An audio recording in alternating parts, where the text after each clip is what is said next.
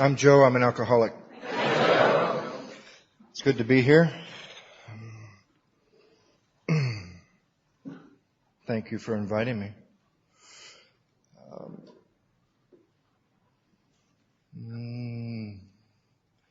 Had a nice drive up here from Santa Monica. My sobriety date is August 17th, 1982, and I'm very grateful for that date. For a long time I was told, and I had an idea, that gratitude was just an emotion, and that I could go home and make the right list or think about it long enough, and I would go home and I would just get angrier and angrier. And then I would try to love somebody, and I loved them, and I would think about it, and some people would tell me I could go home and make the right list. I'd be able to love them. I would just get angrier. I found out gratitude's an action, not an emotion. And I express my gratitude for Alcoholics Anonymous by responding to what I'm asked to do. I'm not a circuit speaker anymore. I was. And like everything else I've ever used in my life, it almost killed me. I've never enjoyed anything in my life that I didn't take to the gates of insanity and death. And it's a horrible thing to become somebody in an anonymous program.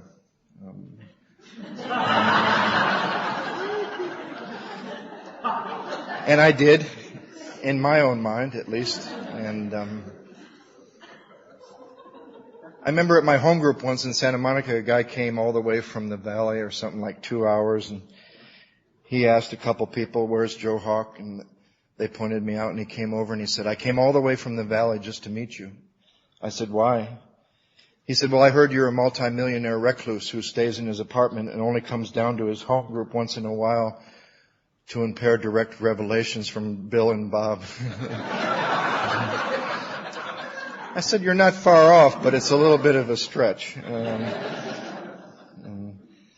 Since then, I found you have to take the criticism as well as the praise. And even the stuff I've been criticized for are gifts. I look for teachers in a lot of different ways nowadays, like resentment. Fear is a great teacher. People you don't like are great teachers, because they're not going to change. But I can change my mind. Geographically, in these 22 years, I got sober in Denver, Colorado, and I was there for 5 years. And then I was moved. I didn't choose to, but I was moved through this process outlined in this big book to, even kind of against my will. I was pretty comfortable in Denver. My sponsor was down the street. Some of you know him, Don P. And some of you know Bob Olson. And I didn't want to leave Denver. And at 5 years of sobriety, I came out to L.A. to make some amends. And one of those amends was an ex-fiancé, or what I like to call God's will number one. And you're absolutely convinced, aren't you, that it's God's will? And I still think it was, but not what I thought it was for. And part of my amends was I asked her, I made the mistake of following directions, which is a horrible thing to do in AA, unless you want to get free. And I asked her what I could do to make it right. And she said, "Be in LA twice a month and we'll go to therapy." Not only did I not want to be in LA twice a month, I didn't really want to go to therapy either.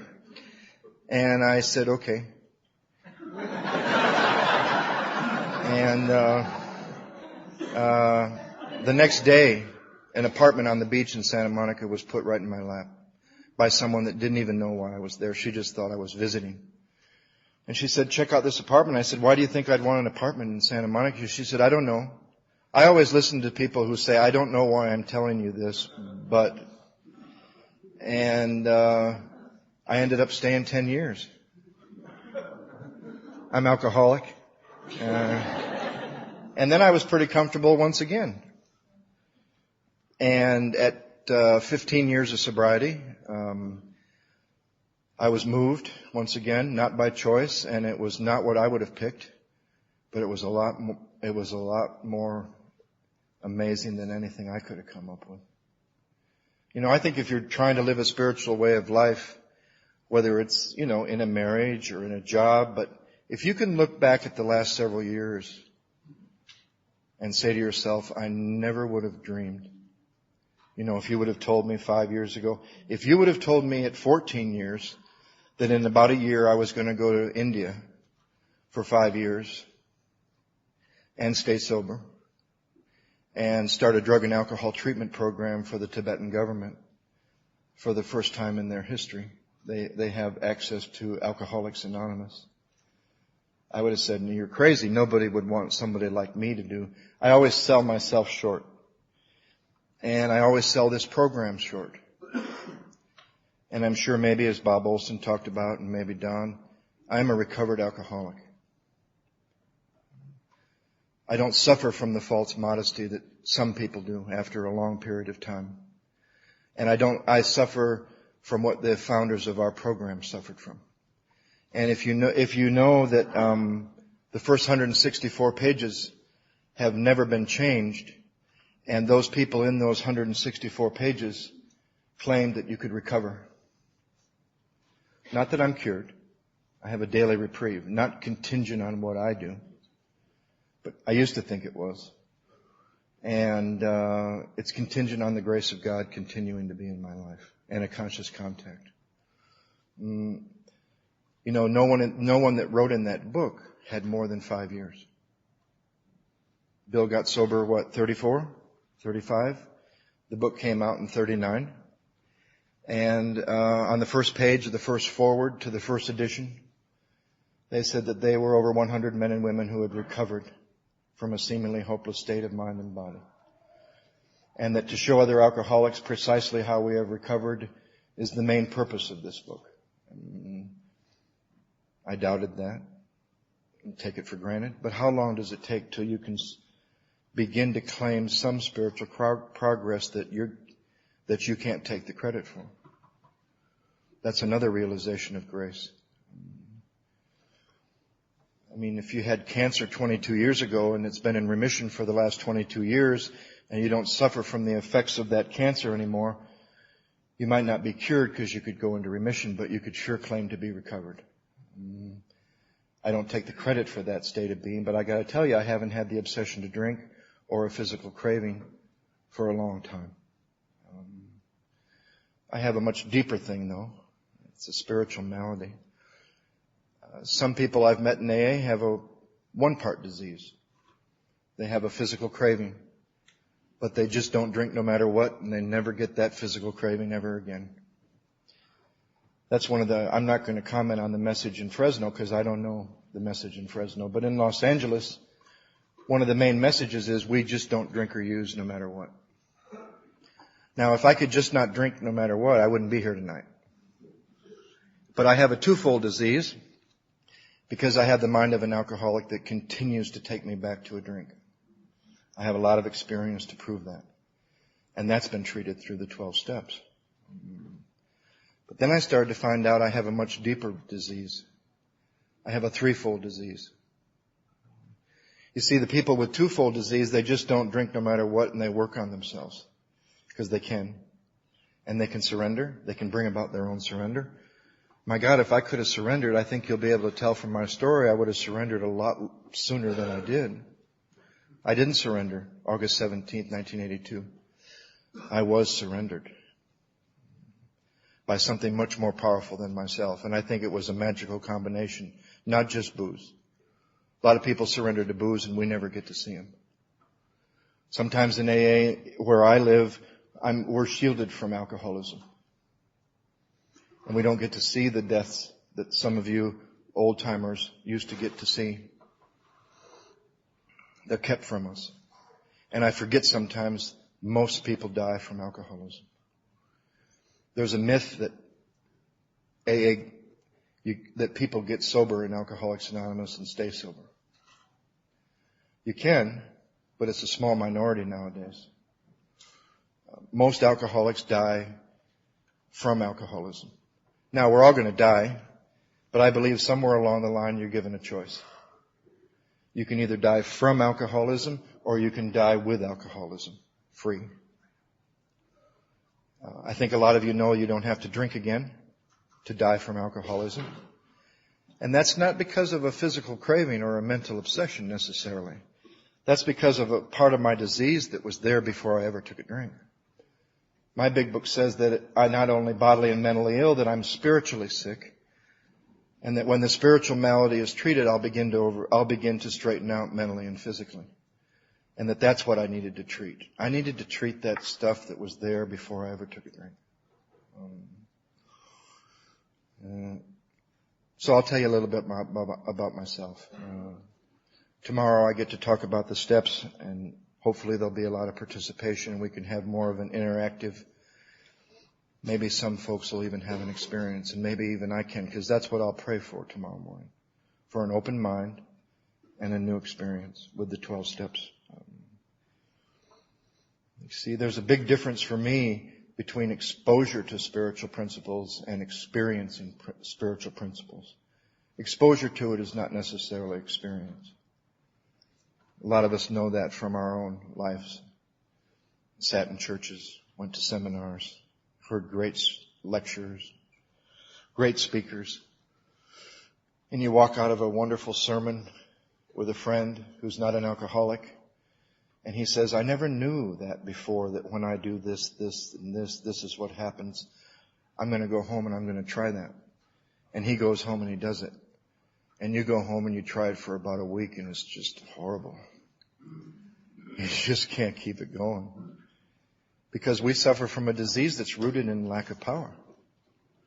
Whether you're talking about once I take a drink or now that I've stopped, I don't have any power in that situation. Once I start, I get this craving for more that I can't control. And once I stop, I get this mind that I can't stop. And it has to have more. It has to have more of what treats something much deeper than just my own mind. I grew up in Battle Creek, Michigan, which is halfway between Detroit and Chicago. And that's about what I was like. Halfway between Detroit and Chicago. There was a band that was from Battle Creek, Junior Walker and the All-Stars, and I wanted to learn how to play drums, and Junior Walker's drummer was my teacher, and I saw these people, and I looked at them, and I looked at my life and my family, and they had something that I wasn't experiencing in my family. And I wanted that. I wanted to be black. And didn't work. And I had a dream. I had a dream one day that I would play drums for Junior Walker and the All-Stars in the El Grotto Lounge in Battle Creek, Michigan. And I would be high on heroin. And that dream came true. And I was still empty. Every dream I ever got before I connected to my own spirit fell through. Because the dream comes and your spirit's still empty. No dream can fill that place. And I didn't have some of the excuses that I heard when I came to AA for why I was alcoholic. You know, you hear a lot about the yets. You know, I haven't done that yet. I didn't have a lot of yets, but how come and I can't be the only one that had this story. How come we never hear about the if onlys? And I had my little if only story when I got to you. If only Daddy hadn't been 60 years old when I was born. If only I hadn't grown up in Battle Creek, Michigan. And then I would hear people say they were alcoholic because they were abused, and I wasn't. So I thought, well, maybe if I had been abused, I wouldn't have turned out the way I did. And I heard people say they were alcoholic because Mommy and Daddy were. My mom and dad weren't. So I thought maybe if they would have been, I would have learned my lesson and I wouldn't have done that stuff. And I had my little if only story. And I got here when I was 30 years old. And one day somebody told my little if only story, and he turned out just as sick as I did. You know, a lot of people think the search in AA is to find truth. I think I've found more lies than I have truth, and it's just through a process of elimination that you get to something that closely resembles the truth. A lot of people think AA is a program that you can learn. Thank God you can't learn AA, because I would have graduated a long time ago, gotten a diploma, and I would have had an ashram in India where you'd be coming to visit me rather than me coming to visit you. And I didn't know this for a long time until someone asked the right question. I also thought looking in the big book or talking to a sponsor is about finding the right answer. And I found out it's not. It's about finding the right question and not answering it right away.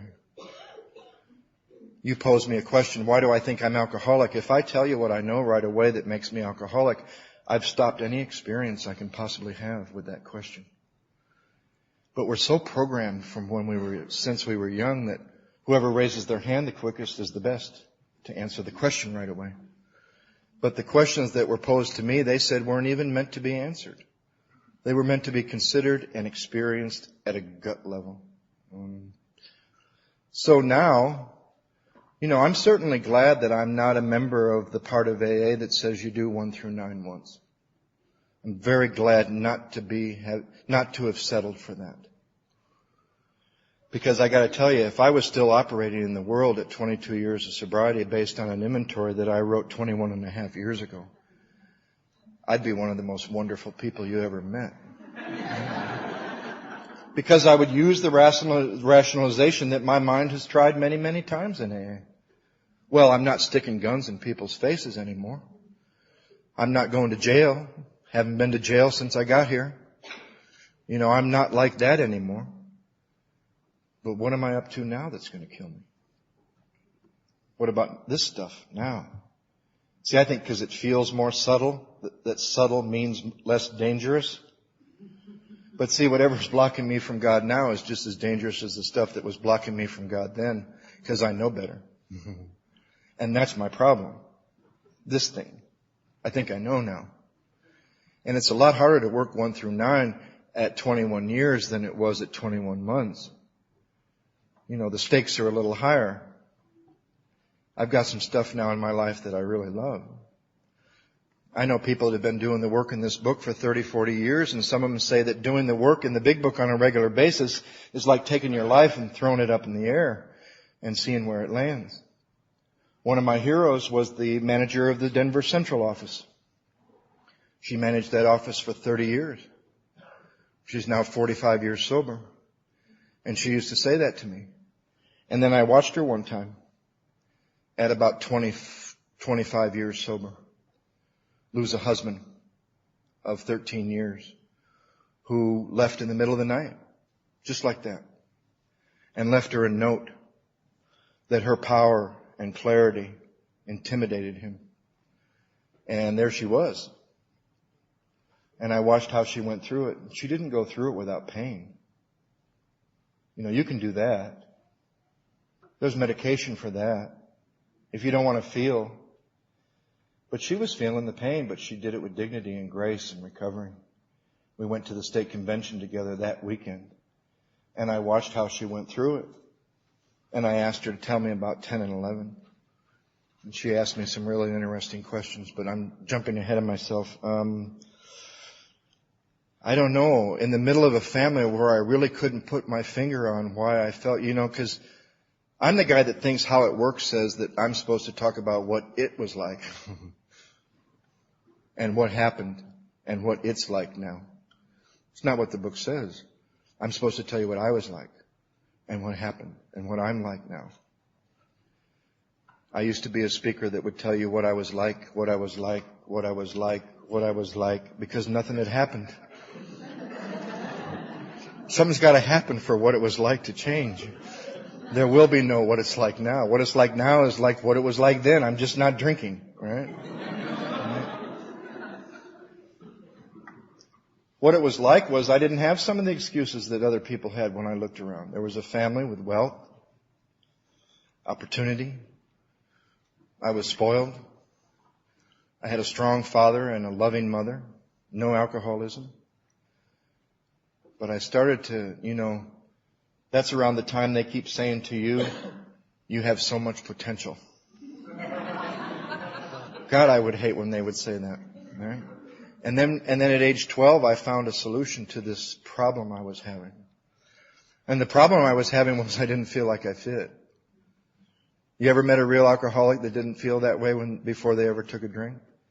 I mean, why did Dr. Silkworth say that a part of my disease separates me and differentiates me like a distinct entity? And the first time I read that, I thought about daydreams I had in my parents' backyard before I ever took a drink, like 9, 10, 11 years old. And I would have these daydreams that I still remember. And the daydream was a little spaceship was going to land in the backyard, and a little green man was going to get out, and he was going to say, "Son, you weren't born here on this planet. We brought you here as a teeny baby, as a test, to see if you could fit. And you failed. And we're taking you home." But that spaceship never landed. Right? And a question started to develop in my mind as everybody else, my older brothers, everybody else was saying, "You have so much potential," and you're laying there in bed at night and you're thinking, where is it?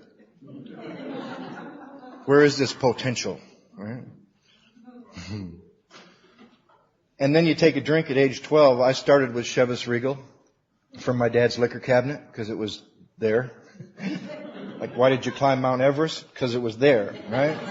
Why did I drink Chivas Regal? That's what was there, right? And then I like to say I slowly worked my way down, you know.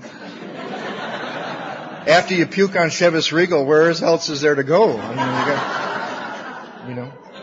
You change the stuff that's not brown. That's all I knew. I didn't like the brown stuff. I liked the clear stuff. Right? But something happened. And you listen to a real alkie, and they may not describe this the first time they drank, but if you can get them to when alcohol started working, when alcohol starts to do for you what you can't do for yourself, that's not an esoteric statement. That you can find a power greater than yourself that can do for you what you can't do for yourself. I'll tell you how practical it was. 2 weeks before my first drink, I go to the junior high school dance, whatever grade I was in. And there's a little girl across the room I wanted to dance with. I couldn't do it. I could not do it. But I couldn't stop thinking about it. That's the difference between a resolution and a decision. Because 2 weeks later, I went outside and slammed down some Boone's Farm apple wine. Remember Boone's Farm apple wine? With some guys. And went back in that gym, and I asked that girl to dance, and I danced. Because I got to tell you, when you live halfway between Detroit and Chicago, you got to dance, because if you don't dance, you ain't doing nothing else. And I walked back in that gym, and it was real. And it was practical. It wasn't no esoteric. Esoteric stuff doesn't work for alcoholics. Same as this program. Some of it, if you're new, some of it sounds like out there. You know, you hear the 9th step and you're in step 1. And you think it's still going to be the same you. They might be talking about this spiritual stuff and you're going to be transformed, but isn't it really going to be me at my best trying to make those amends? You know. Thank God it's not. So I described when alcohol started working for me to my sponsor, and he says, "It sounds like you're describing a spiritual awakening." I mean, you hear her real alkie talk about when booze started to do it. Might not have been right away, but at some point it starts to do something. And I got to tell you, I am not one of these alcoholics that my worst day sober is better than my best day drunk. Or whatever that is. I don't even know how to say it right. I had some great times drinking. And I've had some dark times sober. I had a ball. People that say that whatever that slogan is, however it goes, I wonder how they drank. It's like the guy that told me getting off cigarettes was going to be getting off heroin. I said, "What kind of heroin were you doing?" Punk. It's not even in the same universe. Or the guy that said alcoholism and drug addiction are the same. That kills a lot of people in this program. Because you never get to a truthful first step. And we used to go through all these debates, and I used to have this nauseating story about put 100 people in a cabin and have them drink It's as simple as this. Anybody in this room with time that's alcoholic knows people that could take or leave drugs that are alkies. And everyone in this room knows addicts that could take or leave alcohol. They're not the same. They are not the same. They're rooted in the same disease. But I got to tell you, I had to find my truth because I did a lot of drugs. So I found booze at age 12. By age 14, 15, they didn't know what to do with me. Battle Creek was too small. And they sent me away to Boston. And that was heaven. First time I saw a street in Boston that was like a mile long, just lined with drug dealers, I said to my friend, is this heaven? Right?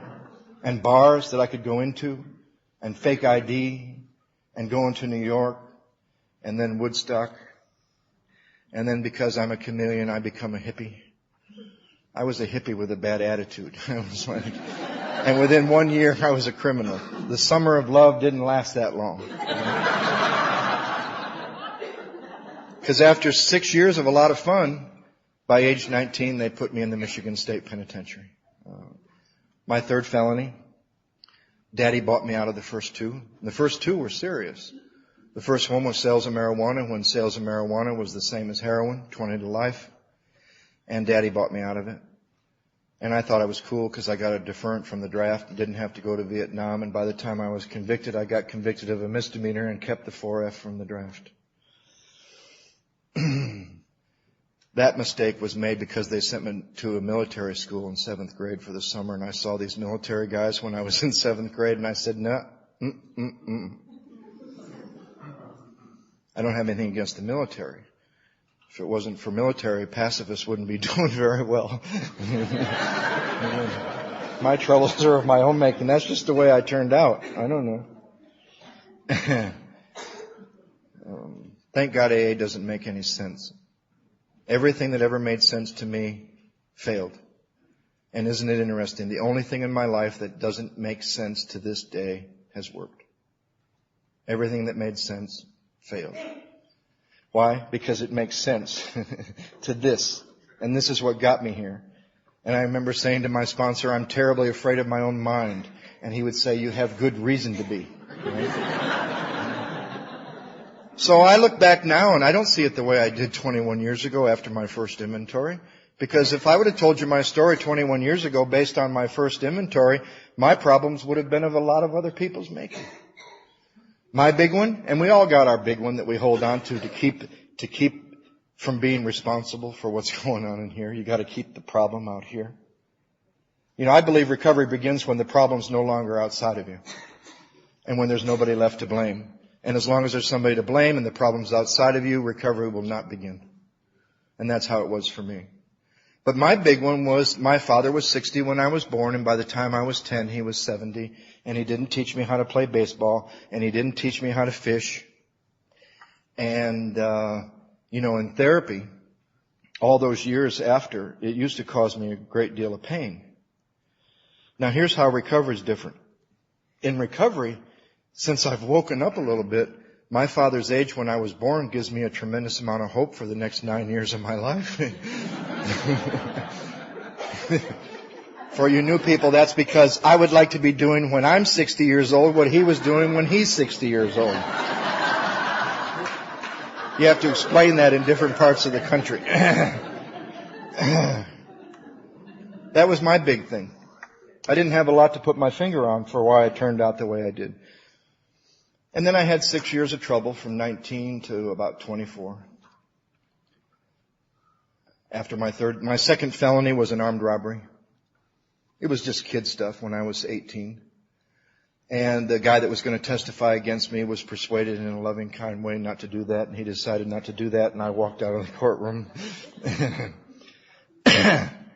Imagine having to go back to that guy and make amends. I did. I don't have a sponsor that edits my amends list. I was at a place in New York a couple of weeks ago, and this one guy said that his sponsor took off every relationship he was ever in with a female off his amends list. Told him he couldn't do that. My sponsor told me those relationships were some of the biggest things in my life and that I could get free, but I better let her know why I was there when I called. Don't let anybody edit your amends list. Each one is a piece of freedom they're taking away from you. In Denver even, they told me I couldn't make amends to someone who was dead. Not my sponsor, but some of these other people. My two most powerful amends have been at graves to the two closest people in my life. So I had 6 years of fun, 6 years of trouble, and then I got out of the penitentiary, and I barely made it through parole. Parole's harder than time, because you have all the rope in the world to hang yourself, and I don't need a lot of rope to hang myself. It was a short noose in Battle Creek, Michigan, let me tell you. And I made it through parole, and I got my dream that I came out of the penitentiary with. My dream when I came out of the penitentiary, I went to the penitentiary for, it sounds better if I say what I was convicted. I was convicted of attempted uttering and publishing. If I say it that way, you might think I was a famous author who wrote something that wasn't quite right, but no, I wasn't. The original charge was forgery. But they lowered it to attempted uttering and publishing. And I would tell guys that I was an author. And they'd say, what do you write? And I'd say checks. Because I wrote $55,000 worth of $136 payroll checks in 5 days for a guy who wanted to help me out. I'm still leery of that phrase nowadays, even when I hear it in AA. Because this was a brother that wanted to help me out. And he didn't help me out, he helped me in to the penitentiary. And I told that to Scary Frank once in Denver that guys that scare Bob Olson and Don Pritz, this guy. And I said to him that alcohol took me to the Michigan State Penitentiary. And he looked at me like I was an idiot, which I was, and he said, what'd they convict you of? I said, forgery. He said, then forgery took you to the penitentiary. Alcohol got you out. And I was lucky. I got sent to a camp. It was like summer camp with black guys. It was cool. Nobody wanted to get in any trouble because they'd send you back behind the walls. And I drank every day in the penitentiary. I never understand people who say they go to jail, they can't drink. Where there's a will, there's a way. Or where there's no will, there's a way. Depending on how you look at it. It's like that commercial with the grape juice and the little kid says, when you gotta have a drink, you just gotta have a drink. I was the guy they all thought was crazy because they'd make spud juice in the penitentiary and it's supposed to blow up once and then go back down and then blow up again, and you're not supposed to drink it when it blows up the first time because it'll make you blind. And I would drink it and they'd all look at me like I was crazy and they'd say, you'll go blind. I'd say, that's why I'm drinking. It doesn't scare me. Right? Gotta have a drink. And they let me out when I was 21. So I spent my formative years in the Michigan State Penitentiary from that kind of a family. My grandfather was vice president of Post Cereal. It had absolutely no effect on my life. Alcoholism's a little stronger than what class you come from, what color you are. I heard a guy once, he did a retreat for our group, and after the whole weekend, on Sunday morning, 30 of us sitting in a circle, and he looks around the circle and he goes, AA is not for women. And the whole room was like, he said, AA is not for black people. And everybody was like, he said, AA is not for gay people. Everybody was like, he said, AA is for alcoholics. I was like, And you remember, alcoholism doesn't care. But now I say thank God for alcoholism, and I say thank God for every drop I ever drank. Number one, if the kid that didn't find something at age 12 hadn't found something at age 12, I probably would have blown my head off if left untreated. That condition. Feeling that way. And making those kind of decisions. I made a decision the first time I went into that place. You know that place. And it was the night when my dad had his first heart attack. And I could hear the commotion, and I could hear the pain, I could hear the ambulance, and I couldn't move. And you go into that place, and then you come out of that place, and you say, I'm not going to ever go in there again. And once in a while with alcohol and the right combination of drugs, you could go into that place, but it wasn't real. And then I had 6 years of trouble, like from 24 to 30. My dream when I got out of the penitentiary was to deal blackjack in Las Vegas, Nevada, and have it going on. And it was a little unrealistic since you can't deal blackjack in Las Vegas with a felony, but where there's a will, there's a way. And in a pretty crazy, I won't bore you with the whole story, but I had one more report to go on paroles, which means I had 30 more days. I just squeaked through. Had to transfer back to my mother's home. She lied for me. It's a cunning disease, Al-Anonism. They do everything alcoholics do without alcohol. Lie, cheat, steal, right? Blame it on you, just like we do. I almost married one once. She came to our group in Santa Monica with 7 years of sobriety and thought she was alcoholic and that she was feeling a little off. Unfortunately picked the strongest woman in the group to go through the steps with and found out she was an alcoholic and finished amends and became somebody I didn't really want to be with. As I'm going around the country talking about the 12 steps of Alcoholics Anonymous, I lost somebody to the 12 steps that I wanted to spend the rest of my life with. We're good friends today, and she came back to the center a little bit, but her getting well was about getting strong. I fell in love with a peaceful woman. I'll also say to you, I made it through the penitentiary, celibate. I don't need to explain that to those I don't need to explain that to, but she was peaceful and loved Alcoholics and loved Alcoholics Anonymous. I didn't know she loved alcoholics just a little too much, but she finished amends and got free and found out from daddy to every boyfriend she ever had she was a full-blown Al-Anon and became strong and assertive and wasn't really crazy about her dependence anymore, which is AA, and got free. And at the end of it, I didn't really want to be with her. That's funny. That was God's will number 3. And so through a series of intuitive experiences, I got out of the penitentiary and ended up in Las Vegas, Nevada, into the arms of a man who was like I loved more than my father. I had known him since I was 17. He had 4 of us put one of these stars on our hands when we were 17, and they're all dead. That's another reason I'm here today. That's a more personal reason. They died and I didn't. Why is that? Well, I think God loved them a little more than He loves me, and I'm still paying my ticket and they got to get free. I'm not one of these that believes that those in this room are the chosen ones. Chosen by God to be His messengers on earth.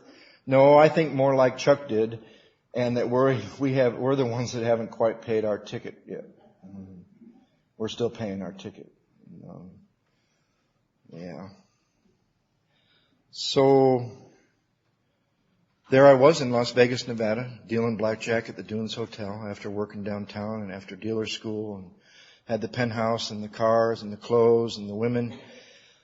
And then this man that was like my father that got me all those things, got me into that industry, he died in my arms of a drug overdose of drugs that I paid for with my money.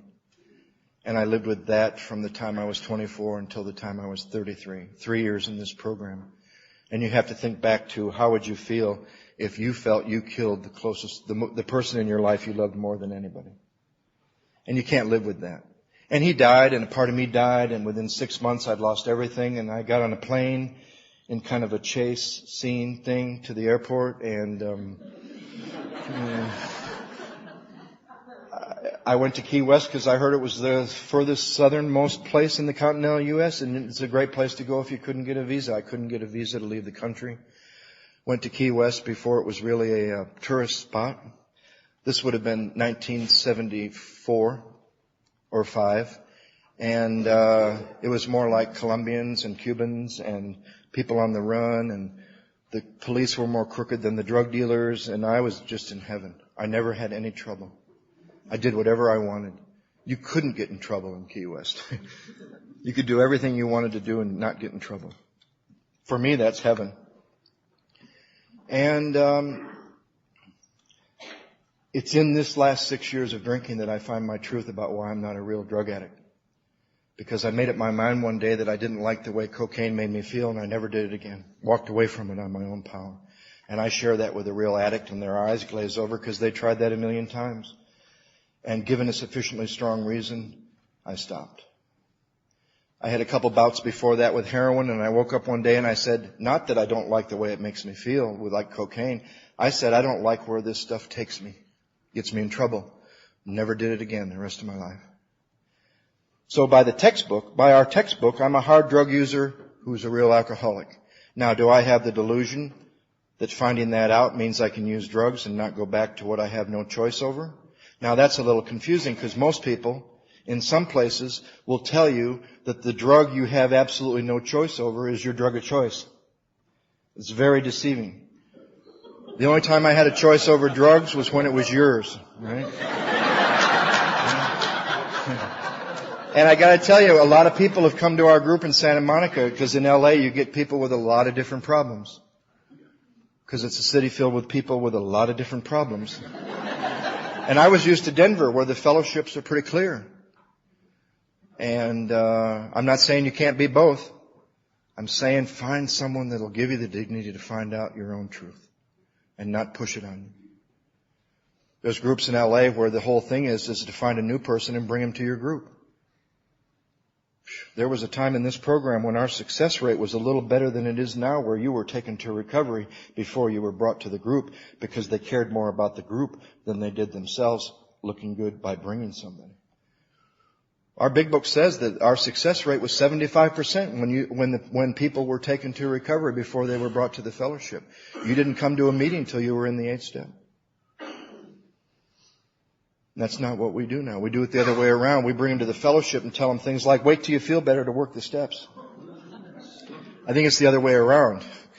You should probably bring them to your meeting and say, you're probably not going to feel much better until you work the steps. All right?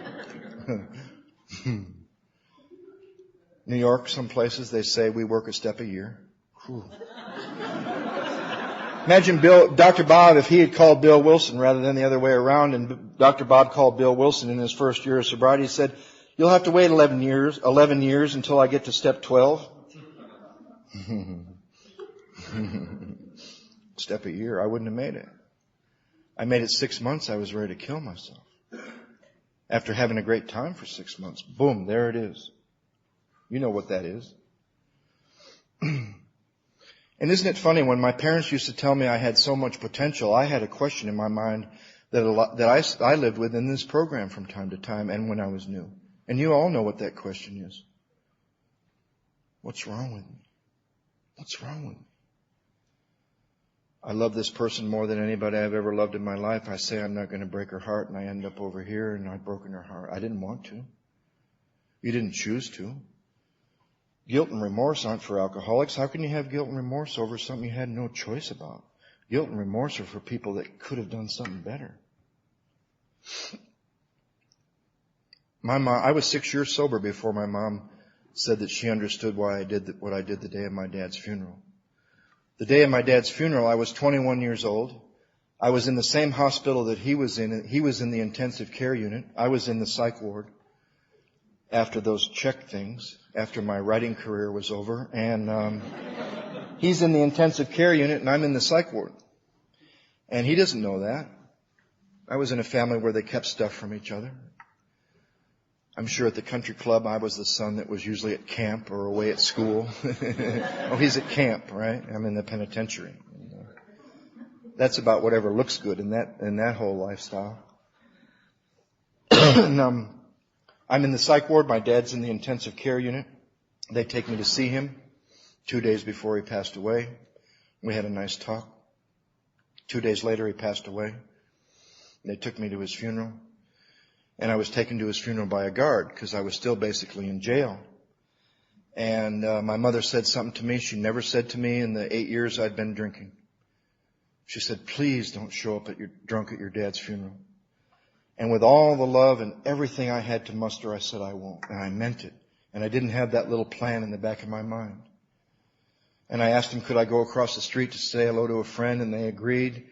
And I went across the street to say hello to a friend, and he asked me, did I want to have a beer just to calm down? And I said, I'll have 2, just to take the edge off. And somewhere between the second one and the 20th one, I lost the power of choice. I didn't have any control.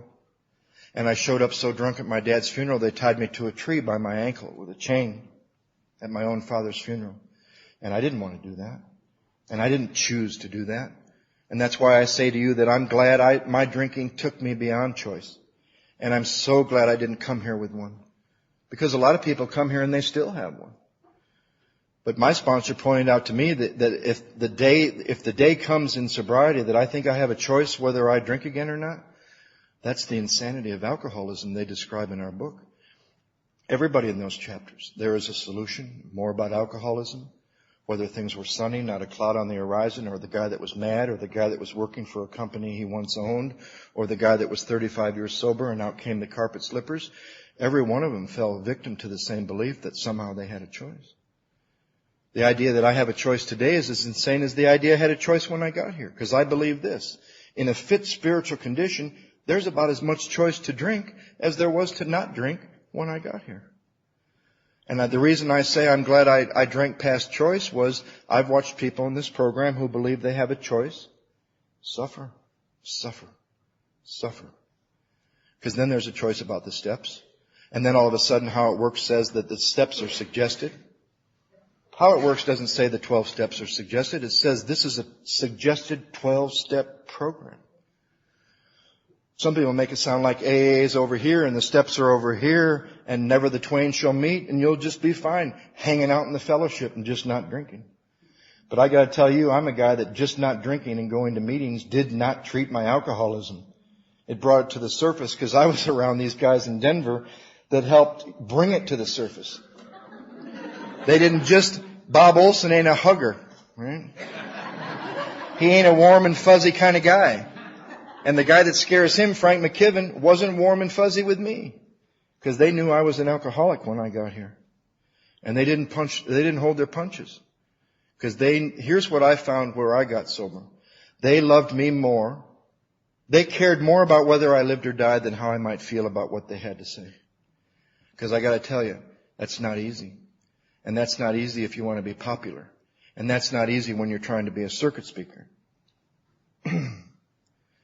I don't care about being popular anymore. I care about being effective. And effective isn't always popular. Things are so, I heard this joke the other day, so I had to add my own little bit to it. And the joke is you really know when things are upside down in the world when the most famous rapper is white, the most famous golfer is black, the French accuse us of being arrogant,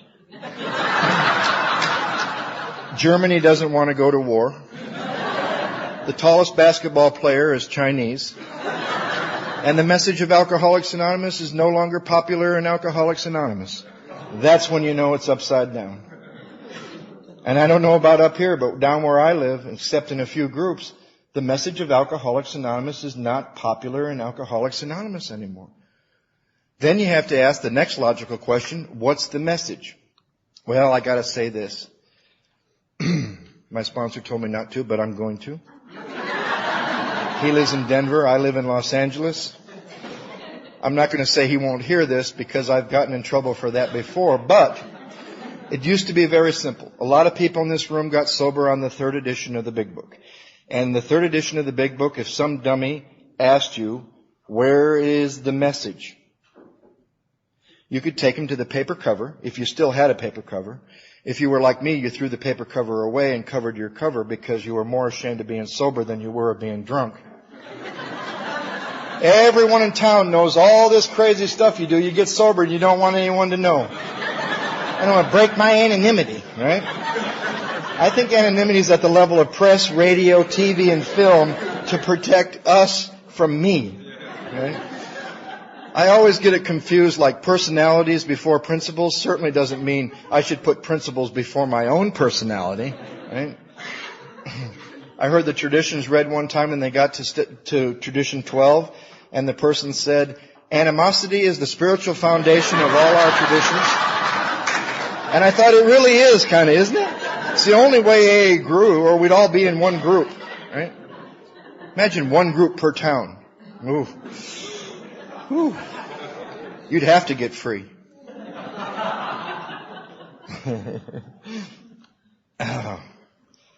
So, I don't know. I had 6 years in Key West, and that was more like I was trying to die. And you know, it's really hard to wake up one day and realize, especially for those of us that tried suicide. And I always love to get a drug addict who says, I never tried to commit suicide. I'm not like those people, failing to realize every shot, every fix could have been death, and you knew that. I'm not going to talk about drugs, but in the dope world, it's really strange that somebody ODs, and that's where everybody goes to get the dope. But they're not suicidal. Right?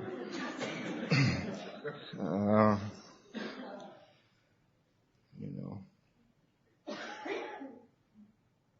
And I had a head full of knowledge and no power to do anything with it. That's a horrible place to be in an AA. To know more than you have the ability to follow through on. To have more affairs than you do principles. Which is the first thing my sponsor told me about step 12. You got to have more principles than you do affairs to practice them, right? And I had all this knowledge about myself because I'd been in 8 treatment centers. I had a master's degree in psychology. It took me 7 colleges to get 2 degrees, but I'm flexible. I like to move around, see the country. Right? 7 colleges later, here I am in Key West and it doesn't go away. And I'm not doing drugs anymore. I walked away from drugs. It was me and booze. And tried to leave Key West 5 times. I'd get to Miami, I'd walk into a bar, I'd spend my money, I'd go back to Key West. And the game I was playing at the time was I would call home to Battle Creek, Michigan, and I'd say, I'm coming home. They'd say, no, you're not. How much do you want? I thought for a long time I was paid to stay away, but that's when I wanted to be a victim. What I was blackmailing my family. It's a little different than being paid to stay away. And that wasn't in my first inventory. And I couldn't tell you that today. Therein lies another reason I'm glad I write business which takes no regular inventory usually goes broke. Next time you're broke, take an inventory. That could be physically, mentally, emotionally, or spiritually. So after trying to leave Key West 5 times, I had to trick myself into leaving. That's a strange thing when you're able to trick yourself. And I came up with a plan to make it so I'd have to leave Key West. And the plan was rip off the right person and you'll have to go, and you'll have to go quickly. And I'm not stupid. I might be alcoholic, but I'm not stupid. I ripped off the right guy and I had to go quickly. Now, if I would have known that I was going to go back to him many, many years later and make amends, I still would have done it because I didn't have any choice. And there's no guilt or remorse in that. I didn't have any choice. It's like the 9 questions in the sex inventory. And the 9th question says, what should you have done instead? It doesn't say, what could you have done instead? What I could have done instead was nothing different than what I did. What I should have done instead was like somebody with some power would have done.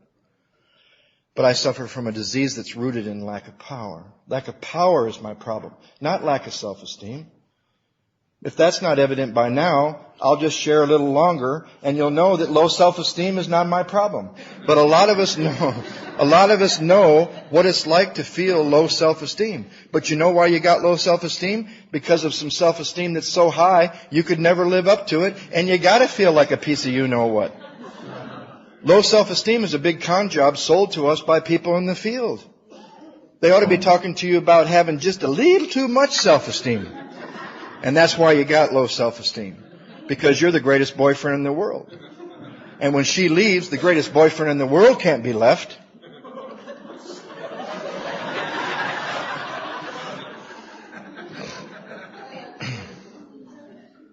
So I tricked myself into leaving, and I had to leave quickly, and I went and ran to the last friend I had left in the world, and he was in Denver, Colorado, and I'd known him since I was 7.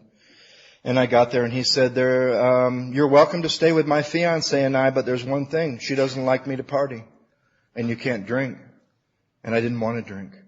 And I said, great. 2 weeks later, she threw us both out.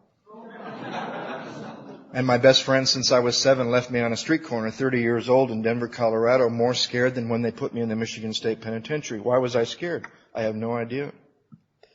I wasn't doing anything illegal. See, I was really proud because I got out of the penitentiary, made up my mind I'll never be arrested, I'll never go to jail, I'll never be in a cop car, and I'll never go to the penitentiary ever again. And I never have. Except in the effect that alcohol has on me. I can be able, friendly, intelligent. I can be a psychopath. I can be diagnosed bipolar. Give me the right day, I'll show you any symptoms. The thing about bipolar and manic depression is it's so similar to untreated alcoholism, you don't know what you're treating. I'd say do the first 9 steps and then see if you're still manic depressive. Or stay on medication the rest of your sobriety and you'll have a jolly time because you won't feel anything at all. But my book says there's only 2 choices. Or they don't even call them choices. My book says there's 2 alternatives. Die an alcoholic death or live on a spiritual basis. Don't be mad at me. I'm just trying to carry the message from the big book of Alcoholics Anonymous. Don't be mad at me.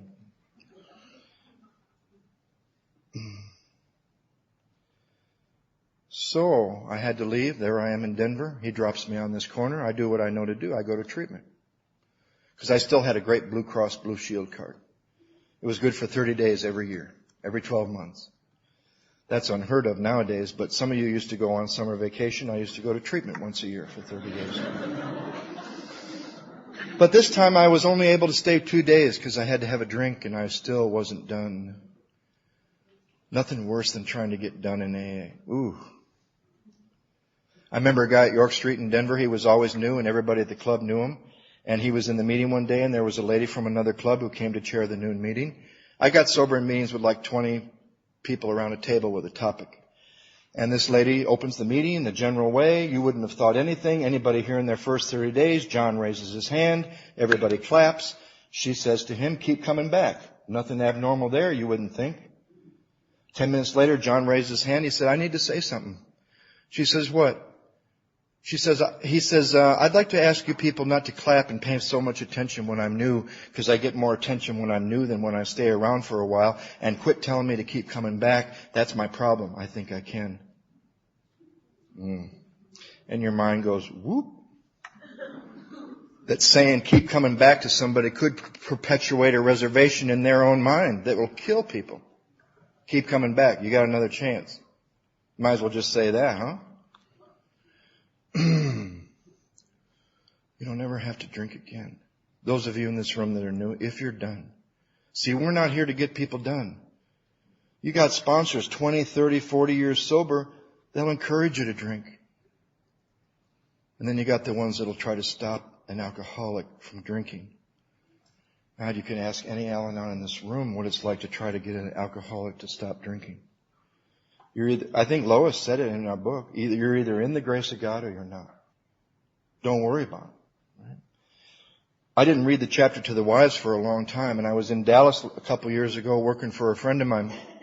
And this book study I was going to, they were reading the chapter to the wives. Now, why not read the chapter to the wives? Well, I've never had a wife.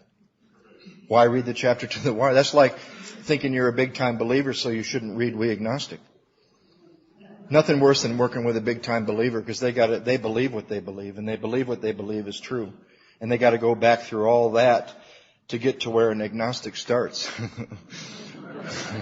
I'd much rather work with an atheist than a big-time believer in AA. Right? So, I had to leave treatment after that 2 days because I had to have a drink.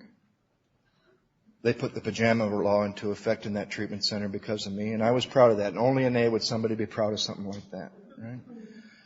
The doctor, I saw him not too long ago, Dr. Larry, he's 40 years sober now, and he said, I still hold the record of anybody he's ever seen how long in detox. I was 15 days in detox just from alcohol. And I was proud of that. It's like I walked into a meeting in a foreign country one time, and there's nothing on the wall. People are not introducing themselves. The meeting had already started. I'm hardly ever late. And I was even sure if I was in a meeting of Alcoholics Anonymous. But somebody said, I'm the most selfish person in the room. And someone else said, no, I am. They spent the rest of the meeting deciding who was the most selfish. And I thought, only in AA would that be a debate. They don't debate that at JC's or the Only an alcoholic would find virtue in being the sickest person in the room. And when you're new, they love to reinforce that. You're the most important person in the room, and you're sitting there and your life is just a mess. You've failed at everything, and you go, finally, I've arrived somewhere. They realize my true importance. And then they start telling you things that are really confusing, because old-timers know that they either need to increase your ego until it blows up, or that it's already smashed and you're ready. So they'll tell you things like, oh, you get up to take a cake. And inevitably, someone in the back of the room will say, how did you do it? And by the time you get from your seat to the podium, you've gone from the grace of God to a wonderful achievement. I was told the only way to miss miracles in your life is take the credit. Turn miracles into accomplishments and you'll never have any more miracles, but you'll be a wonderful person. And you get up there and you go, how did I do it? Well, let me tell you how I did it. Or when they ask you, are you willing to go to any length? You know what any length is for an alcoholic like me? It's not in what I'm going to be able to do. Any length for an alcoholic like me is to say, I don't know. I don't know. That's any length. And that took a lot of years and a lot of drinking and a lot of torture to just admit there's nothing I can do. And then they go, Because see, I think when they ask you, are you willing to go to any length, they just want to hear your list of reservations of what you think you can do to keep yourself sober. And if there's anything you can do to keep yourself sober, then you're not powerless. I'm powerless over alcohol because there's nothing I can do to keep myself sober. Our group makes fun of people in LA that say we just don't drink no matter what. People that have their own little list. Call somebody. What good is that going to do if an obsession hits? How about this one? Remember your last drunk. I bet there's some men and women in this room that can't remember the last 6 months of their drinking. My book says you're not going to be able to remember the pain and the misery of a week or a month ago, let alone 22 years ago. This isn't from experience, but there's a lot of women in this room that know the pain of their last childbirth wasn't a contraceptive to keep them from getting pregnant. Same thing. I can't remember with enough force. I can't remember with enough force what it was like when I got to amends the last time and why I should finish them now. Why? Because of a phenomena that deals with the third part of my disease. Dr. Silkworth knew about the craving. Carl Jung, the father of modern day psychology, knew about the mind. But who was it that knew about the spiritual malady? A man whose literature is no longer part of AA. A man whose literature you have to order it from other places now. And that was Dr. Bob's friend, Dr. Harry Tiebout, who wrote about the dry drunk syndrome, who wrote about having had a spiritual awakening as a result of the steps, how the ego can rebuild, and why it's necessary to rework and rework and rework the first 9 steps on a regular basis because of this phenomena that I don't hear old-timers talking about anymore. Because a lot of them have elevated themselves, and I'm glad to be a member of a home group where they don't allow me to elevate myself to such a position that I couldn't share that kind of stuff 17 years sober, or 19 years sober, or 21 years sober. That it feels like I'm up against another wall. I can't move my life any further. I'm having trouble with personal relationships. I can't control my emotional nature. I'm experiencing misery and depression. Making a living isn't satisfactory to my own spirit anymore, and I can't seem to be of real help to other people. Working with others is flat, and everything that was really exciting 6 months ago feels like I'm just like anesthetized.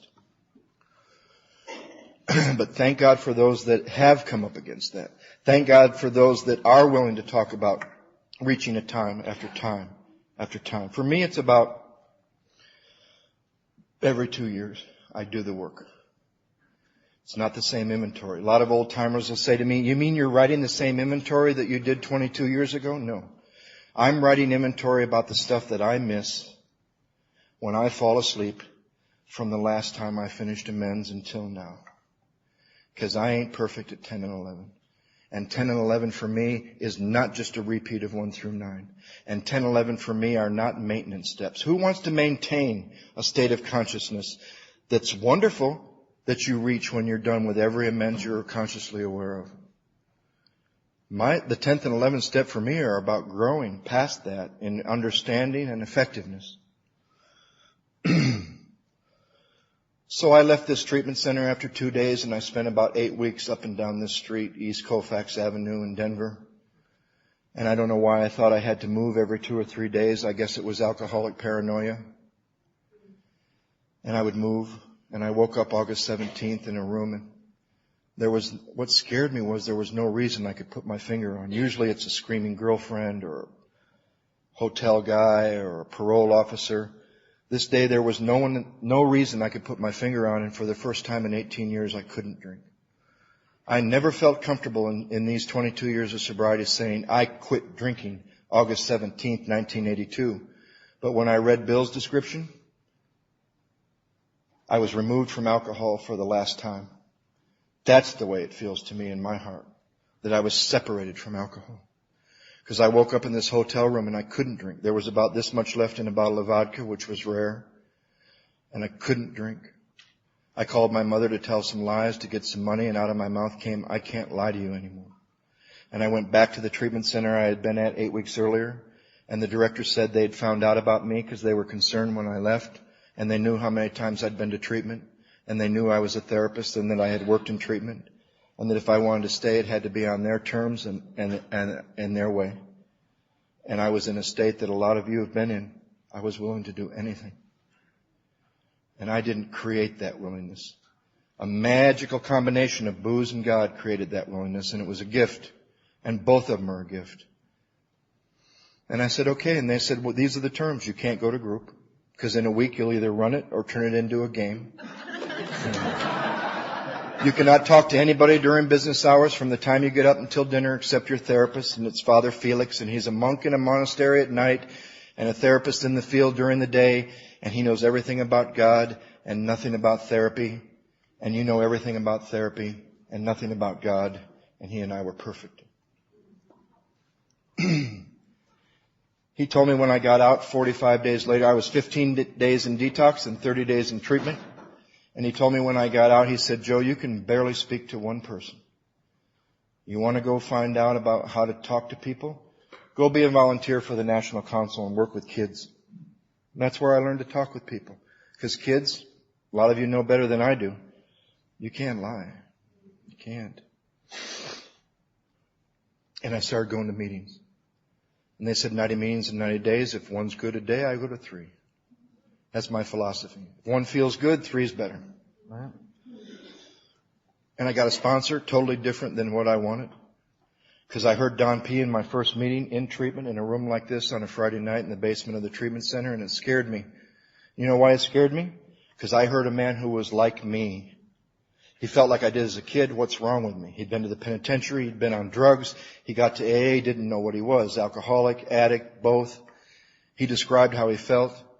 And it was me. But you know what scared me? I saw that he wasn't like me anymore. And you know what I thought? He had changed himself.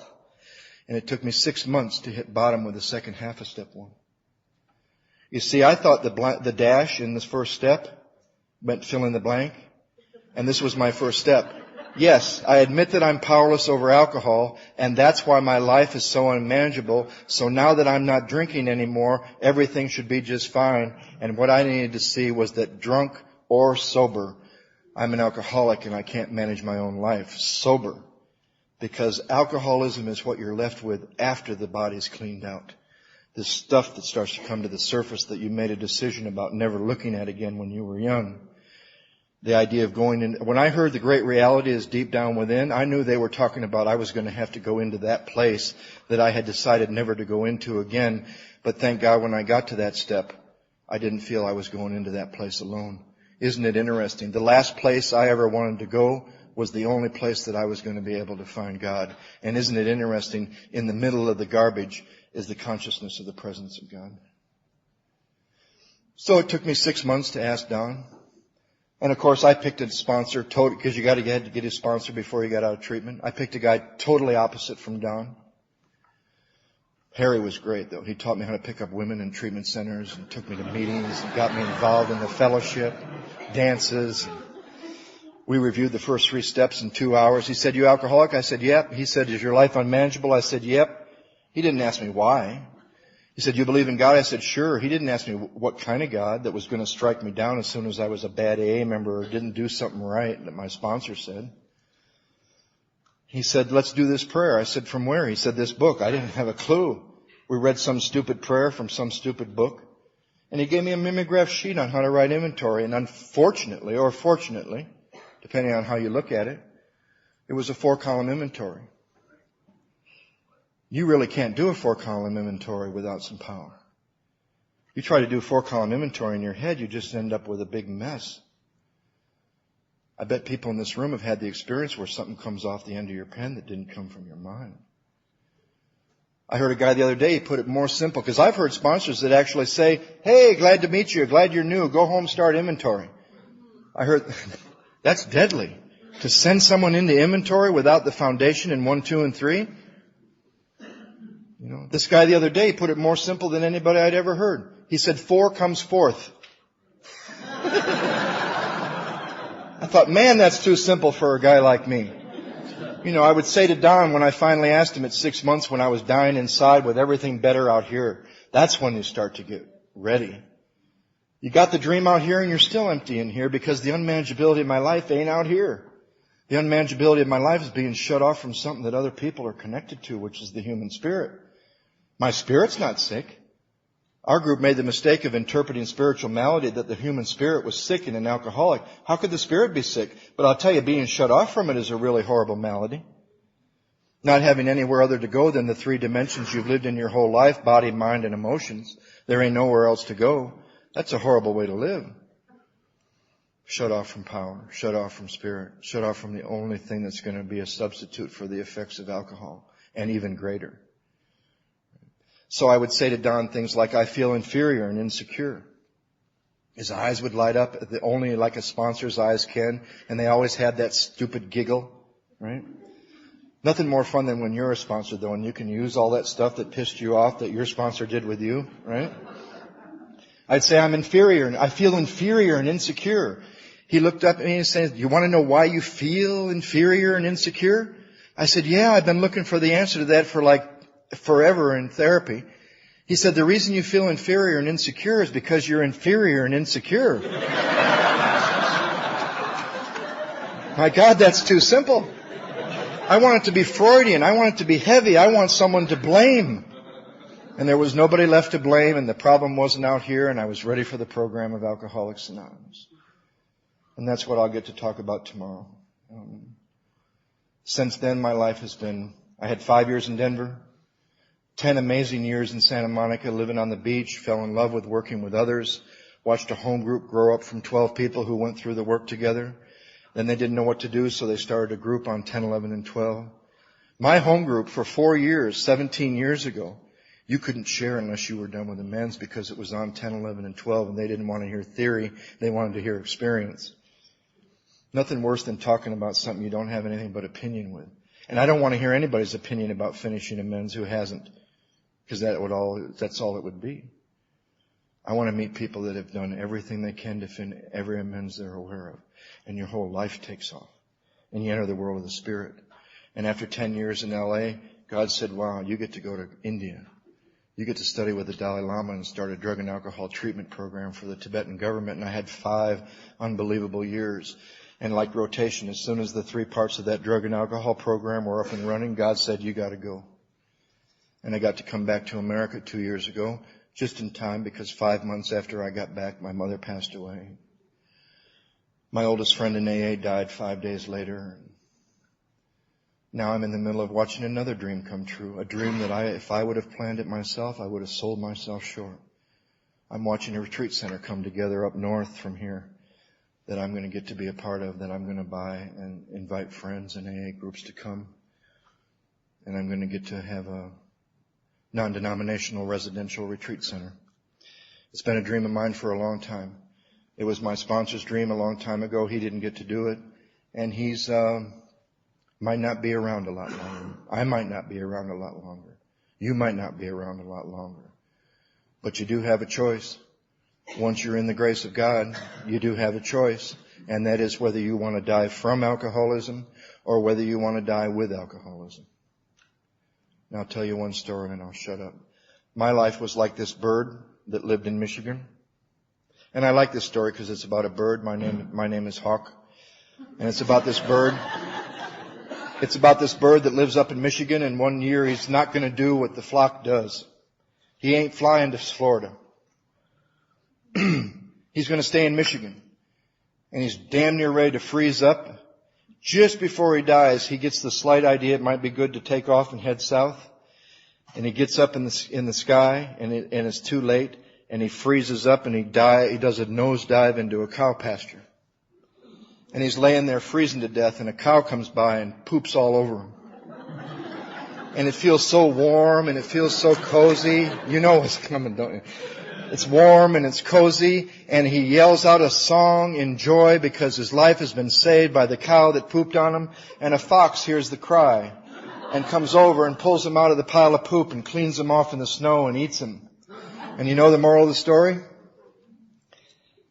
Not everybody that poops on you is your enemy. Not everybody that pulls you out of a pile of poop is your friend. And if you're sitting in a warm pile of poop and it feels really good, keep your damn mouth shut. Thanks for letting me share.